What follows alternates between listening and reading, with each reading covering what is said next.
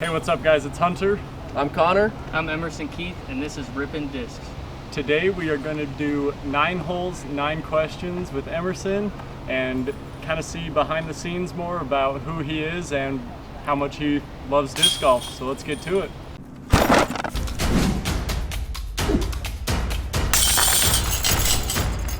Let's go! Let's freaking go!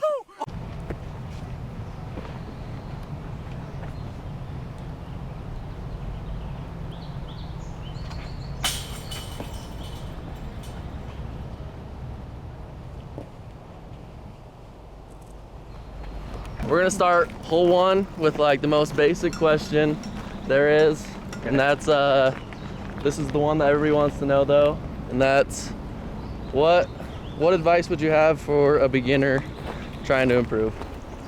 Probably start with your slower speed discs. Figure those out.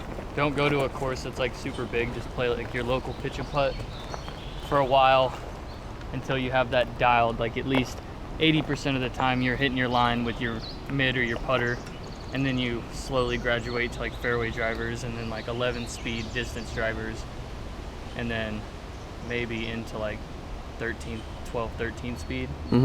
But not everybody really needs that. Like I play courses where I don't use a fast disc the whole time. So just stick to mids and putters for as long as you can till you get, I guess, good enough, because you have to develop a snap, which that's hard to teach. It's kind of something you just develop, but it's easy to develop by throwing mids and putters. To get them to go farther, you have to spin them more, of course. So throw mids and putters and then graduate as you get better. And even this course is one that you don't have to throw really a driver on a ton of holes, right? No, you don't.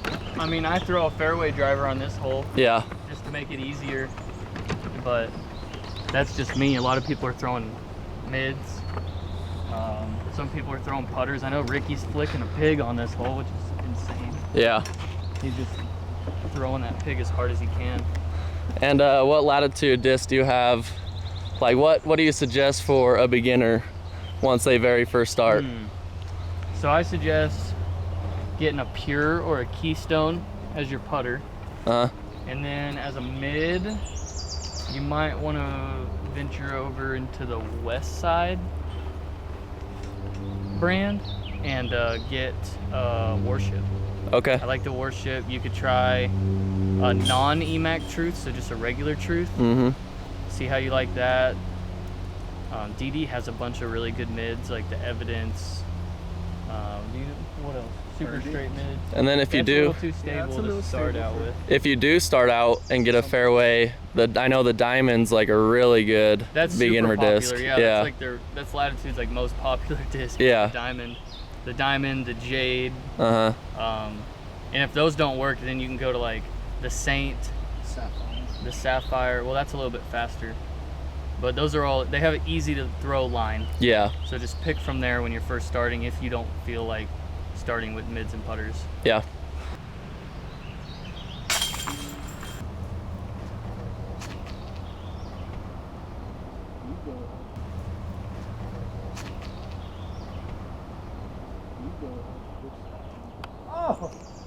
Hole 2 question.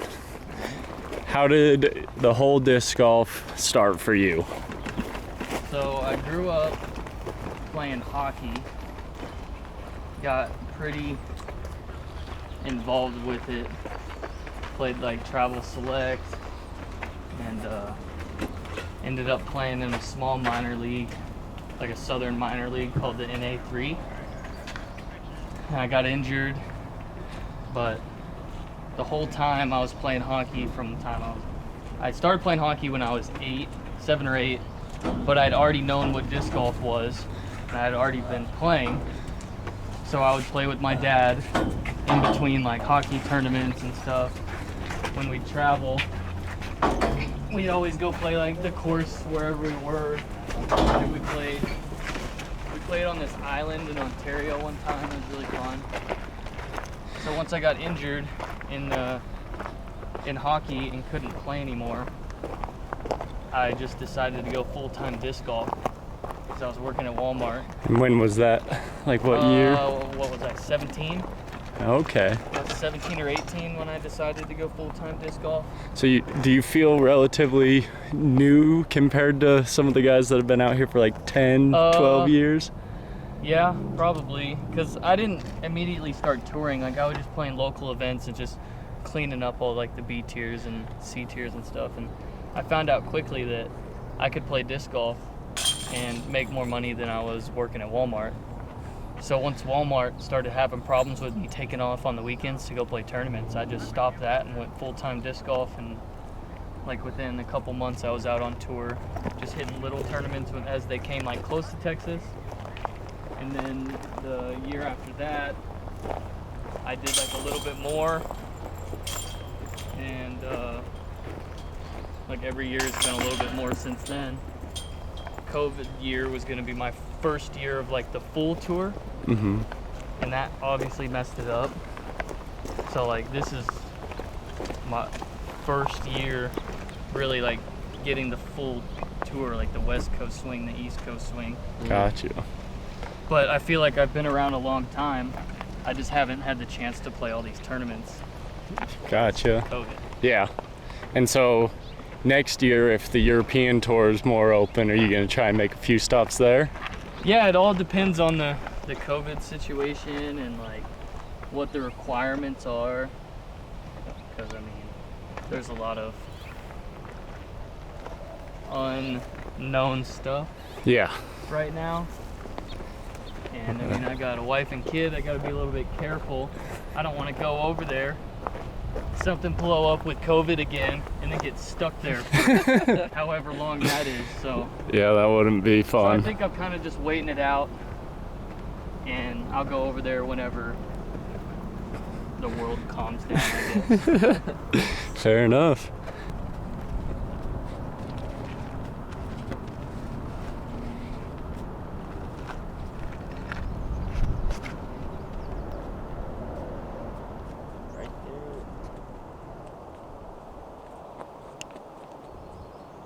Wow, it pushes so far. Here's the question.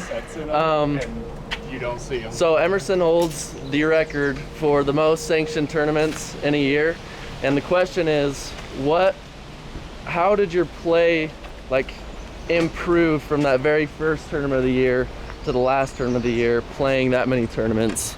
So I think my skill level stayed about the same, but my knowledge and my strategy definitely got better.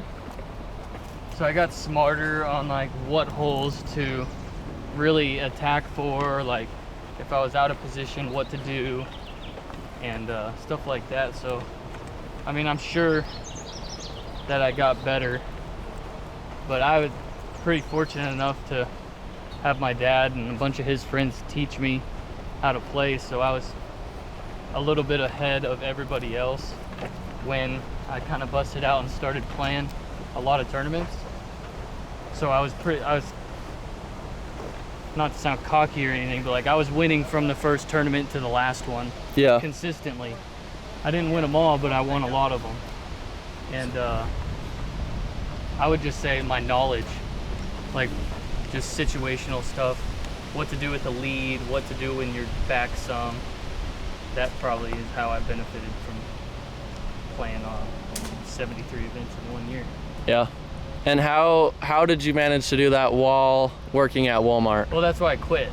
Yeah. So I would take weekends off, and then I mean in Texas there's a tournament like Friday, Saturday, and Sunday, and then we'd have weekends like Piney Woods Open, where the tournament starts Friday, but the flex start Thursday, and then there's a flex start every day. So I would play the actual tournament plus like 4 flex starts in the weekend, and it was just to do it.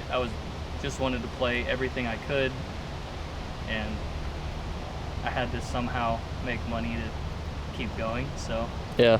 I played 73 events. Oh man, that's insane.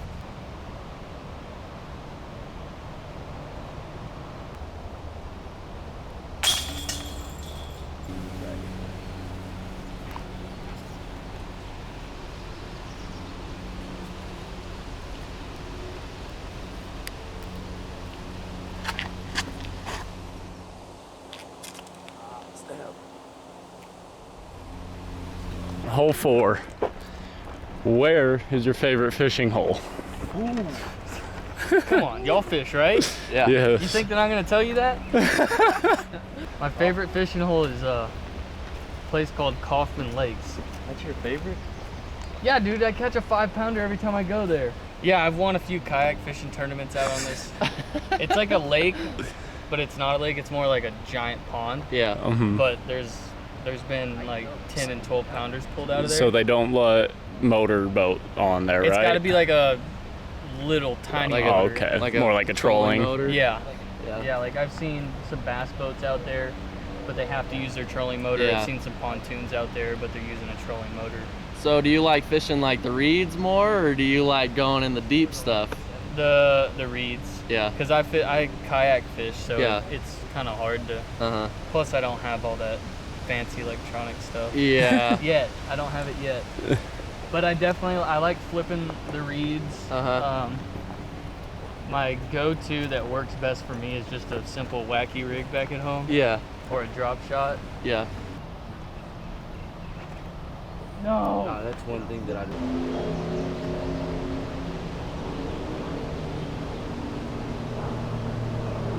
Great shot.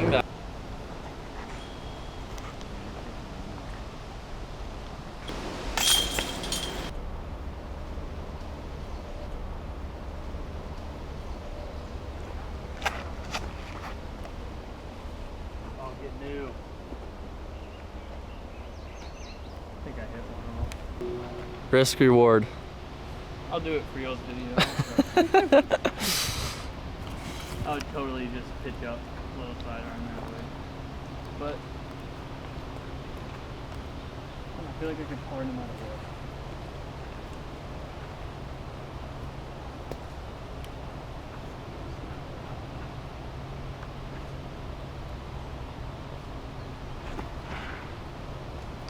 Oh, dude. Hey, that's still pretty good where you are. Dang it. It was like the Yeah, last but that thing was going.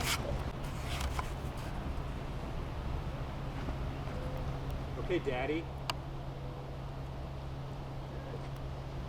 Good shot. Good shot, I dude. finally tried the sidearm on this tee. You like it? Yeah. I like the mid. Here you go. See, I was I mean, I would do I whatever. was liking it, and I'll then I do hit whatever. that freaking bullseye in the tournament, Yeah. and it messed me up. But if I can get sidearm to here, Yeah. I'll throw it to here more often than I will the backhand. Hi, Cat. Next question is, how is your play, if at all, going to change from Utah Open to Worlds, playing these same two courses? I don't think it's going to change at all. I mean, I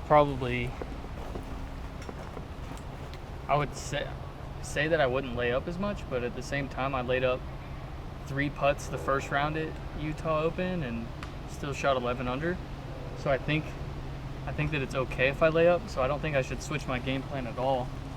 I mean, if that game plan got me the win there, then I don't know why it couldn't get me the win here with maybe a few less missed putts, but maybe a few better tee shots. But I think same game plan. It's like off the tee attack and then see what happens Mm-hmm. on a course like this. And then at Mulligan's, it's like get a putt. Yeah. So that's kind of how I'm playing it.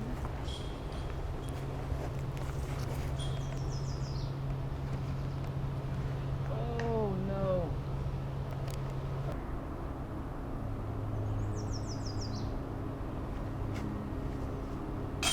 Hey, there you go. Hard.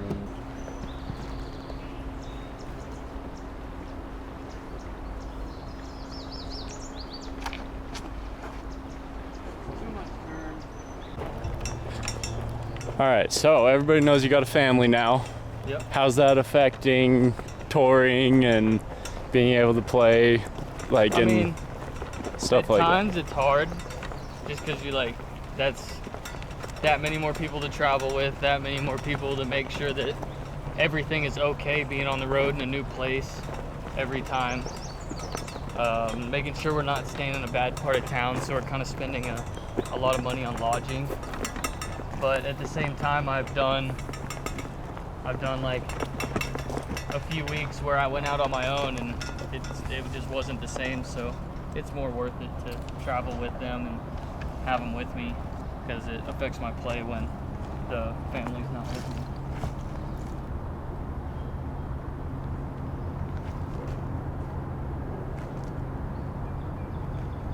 Shot.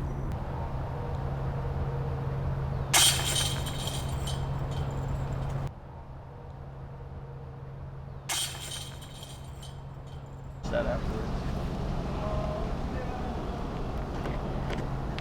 I do have a clutch bar though, if you want one. I'm good, thank you though. Sorry, dude. I'm right here, dude. Don't worry. I'm going right here. Go get that granola bar from him. No.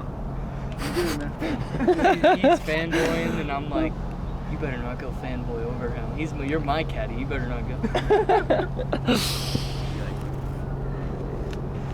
He doesn't like him. He loves him. He's probably got a shrine. I got an Emerson shrine too.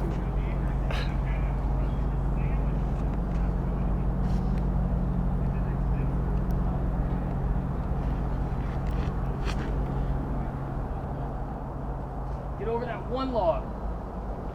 Oh. Well, talking about this and how cool this is, what do you think of the world's course? Like, you know, just what are your thoughts on this and mulligans? I really like them. I mean, I've said this a bunch about the fort, that it's a lot like playing golf back at home, as far as like some of the holes. It's like throw a really good tee shot through a tight line, and then it's almost like a little bit of a scramble, like pick your line on the next shot. And then mulligans, I think, is a really good golf course because the amount of OB, but it's also not like super long. Like, we've gotten into this habit where we go put these courses on these ball golf holes, and we're literally just playing the ball golf hole.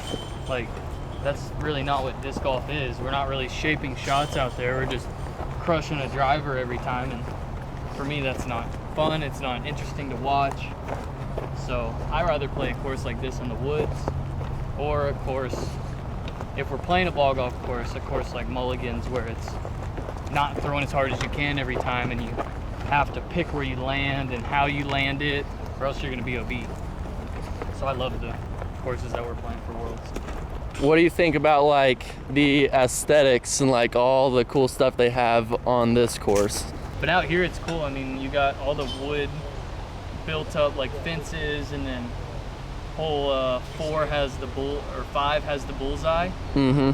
I've never laughed at hitting a tree in a tournament. I hit the bullseye and I laughed last week. I thought it was hilarious. It kind of sucked, but Yeah. it's cool. You ended up taking a par though, right? Yeah, I somehow stayed the par there.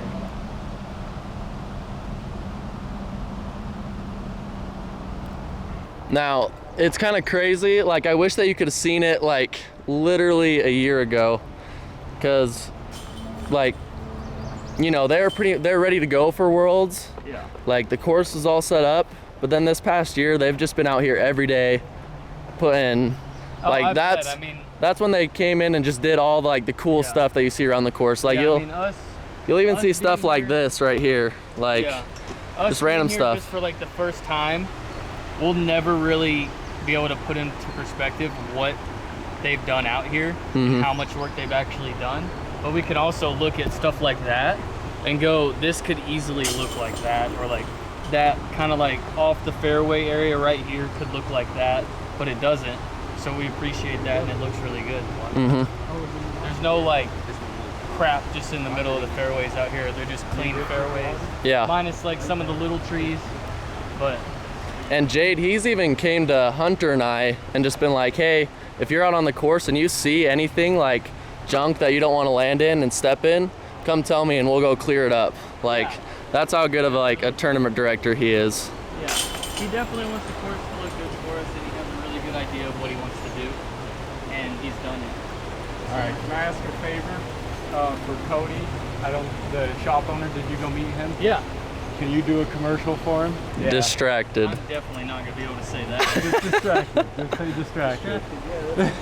Emerson Keith here at the fort in Ogden, Utah. If you ever come to visit, be sure to visit Distracted. It's a little shop that's right here on the course, and he's got all your needs. Heck yeah. Thank you.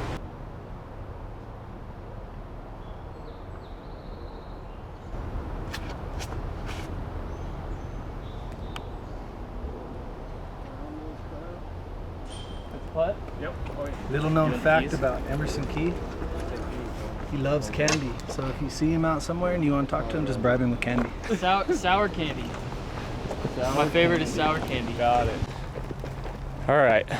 For this hole, All right. how did your relationship with Latitude start? So I was at my first Worlds ever in 2016. Yeah, 2016 when it was at in Emporia, and I was really trying to like kick off my disc golf career, and of course every kid's dream is to get sponsored. So I walked up to Dave Feldberg and I was like, "Hey, I want to be sponsored." That's all I said. And he was like, "Well, who are you?"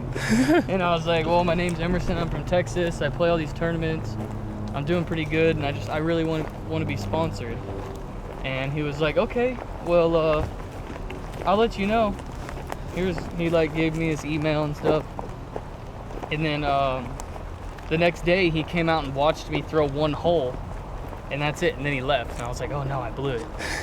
And then like a few months later, around Christmas time, I got an email from Latitude, and they were like, "Hey, we want to sponsor you." And it's kind of how it worked. I just walked up to Dave Feldberg. I was like, "Hey, I want to be sponsored." I don't think that's how it goes now. It's kind of, every company has like applications that you can fill out, but I was just like a desperate little kid that was just That crushed. put himself out there.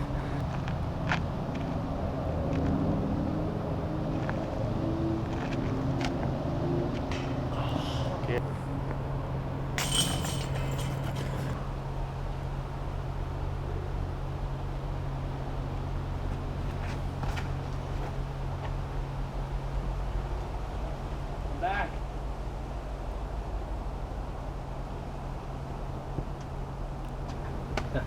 Way down there. That was great, dude. Way down there. I'll take it. So, what has your relationship been like with Latitude since you've been sponsored? It's been really good. I mean, I've never ever had an issue with them. They treat me well. They take care of me. And one of the biggest things that told me that I was gonna be sponsored by Latitude for a long time was when Charlie came around. It was like, okay, I either really need to start making money playing disc golf, or I need to stop playing disc golf and go get a 9-to-5 so I can take care of my family. And I reached out and I was like, here's where I'm at. This is kind of what I need to take care of my family, and we can make it work, and I can play disc golf. And there was no questions asked. They were like, yeah, we support you and everything like that. So I've had support from day one, from the time they were just sending me discs to the time that they were actually helping me tour. So it's been a great relationship with them. That's super cool. Yeah. Actually, go throw Latitude.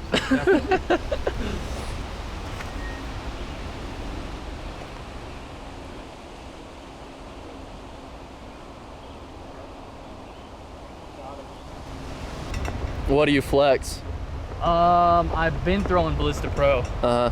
especially at elevation. Normally I'd throw like a Defender or a Rive for that flex, but elevation, Ballista Pro's money. Darn, couldn't get over there.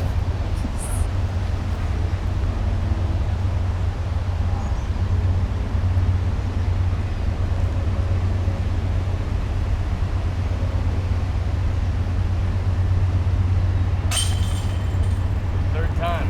An Emerson Keith Good time. Eagle Let's go. at the fort on film. There you go. Yes. On film, finally. People can believe me now. Oh, I mean, this right. There you go. Let's go. All right, everybody, that is our 9 holes, 9 questions with Emerson Keith. We're gonna be doing a giveaway on our Instagram with these 3 discs. We got 2 Rivers and we got a Justice, which Emerson really likes to throw, right? Definitely. And so what we want you to do is go comment on our Instagram post what your favorite question was, and that we asked in the interview, and then make sure you're following Emerson and us, and we'll give these away to 3 different people. Thanks for watching RippinDiscs. We're out.